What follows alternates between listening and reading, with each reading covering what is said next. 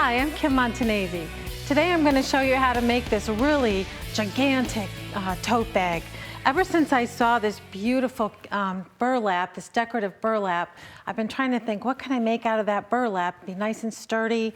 And then I was at the bakery picking up some donuts and some cakes, and I thought, oh, I need a big tote bag with a great big flat bottom. That would be perfect. So today I'm going to show you how to make this great big gigantic tote bag with a flat bottom. So the first thing you're going to need is some of the beautiful burlap. As you can see, it's got this beautiful decorative embossing on it. It's almost as pretty on the back side as it is on the front. You're also going to need some outdoor canvas, and you can see here that my lining, this is going to be the lining, it's just a little bit shorter than the actual canvas, and I wanted it that way. So if you're going to do your bag and your canvas comes up to the top, go ahead and cut it back, because this is going to be a self-facing bag. So all the measurements are on the website. Don't worry about that, it's all taken care of. You're also going to need 3 pieces.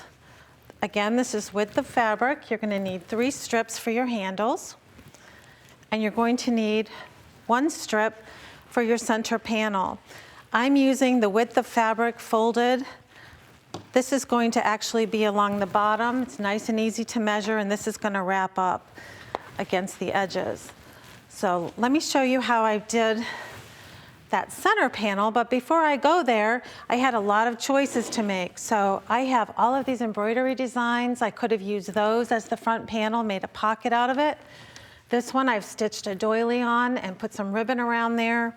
You can go to your electronic cutting device and you can cut out pre-made designs, and that's actually what I've done with some of my samples. This one over here has rubber stamped with fabric paint on it. But today I'm going to show you how I'm going to do this on my fabric frame. So come on over here. And the reason I chose the fabric frame is because this fabric, this canvas, is so harsh and it hardly ever bends, and when you're trying to do it under your regular machine, it's so thick and so difficult to maneuver. So I've put my 2 already cut out designs. These have fusible on the back, and I've placed them according to the placement lines. I fused them on here, and then this one is already done. I did this one earlier, and as you can see, the stitching is so fun and so easy to do. So I'm going to come down here. I'm going to use the stitch regulator on this machine and the fabric frame, so I can turn it off and on right here by this button, and I can turn it off by this button. I can also cut the thread and have needle down. So here we go. The nice thing about doing this on the frame is that I can see both sides at the same time. I'm never guessing, you know, are they matching up? Are they looking okay? I can go off the edge and do these big swirlies. If I really wanted to, I could have put in a double needle, a twin needle, and that's really pretty too. Or I could have put a couching foot on here. Okay, let's go off the grid a little bit. See how pretty that looks. You can do these big swirlies. You can just get really crazy with this. Okay, here we go. So you keep on going until you feel like you've got it just how you want it. And again, you can glance over and see the other one, see how you're doing, matching them up. Go down into the center.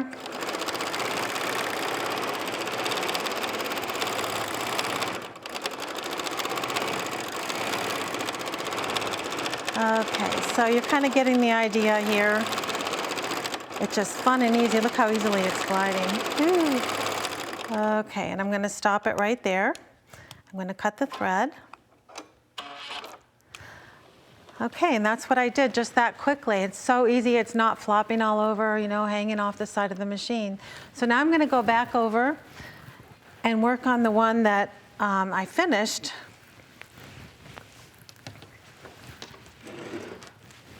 Okay, so this is what it looks like when it's finished. And again, I folded those other pieces back, so that's going to give your bag a lot of extra strength. And I've pinned it right in the center, and I'm lining up these fold lines right along the bottom.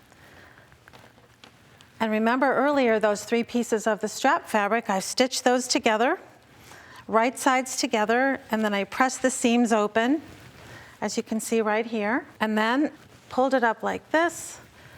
I'm gonna press that, and there's directions on the website. Don't even think about remembering this now. Then I'm gonna bring this edge in, and then I'm going to get my metal bias bar, and I'm going to actually press this nice and tight along the bias bar. And then once that's pressed, this whole thing is gonna flip over like this. And then we're gonna take it back to the machine and use our top stitch edge, our top stitch foot. Right along there, we're gonna stitch this whole thing together all the way around. So what we're gonna have looks like this. This is how it looks finished. This is already stitched. So now we need to find the center. So I fold it in half.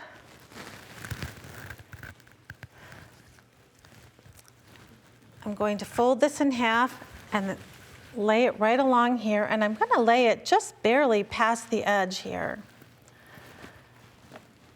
And this is going to make it perfectly line up.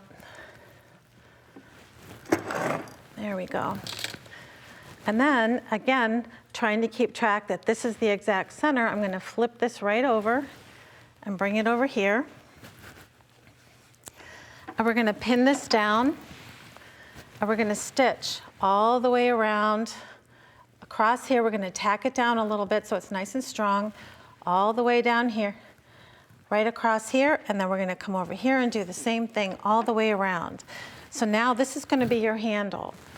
When you get that all done, you're going to fold that all together. You're going to flip it up like this, and we're going to sew.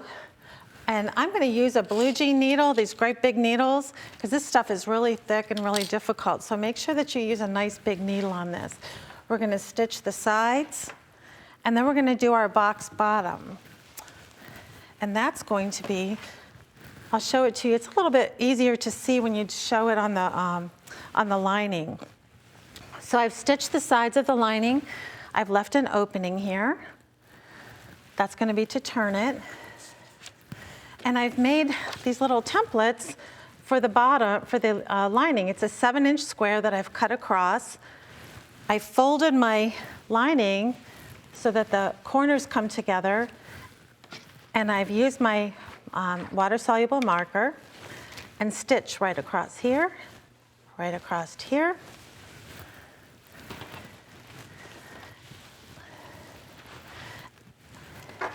And then when you come to the other side, you'll see where you've stitched your handle on both sides. You're going to stitch that here so that when that sits up, it's going to be nice and flat.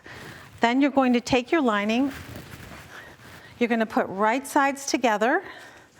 So we're going to turn this right side out, put right sides together, stuff that in there, match up your side seams right there.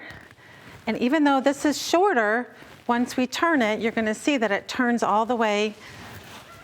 You're going to see that it turns all the way and makes a little self-facing. And here's the little opening. This is where we turned it. And there you have your little bag. So there's so many things you can do, and I like my bag. Here's some grommets. You can put grommets right here and put a pretty ribbon through to kind of hold it closed. You can put grommets all the way around, and then you can just pull it nice and tight. You can put buttons. On this particular bag, I actually used 4 strips rather than those first original 3 strips, so that these handles were really, really long. I did that because I wanted to cut them off here, cut them a little bit shorter on this side, and then tie them. And then on the back side, I did the opposite, so that now I have a little bow on each side, and I still have a nice little handle.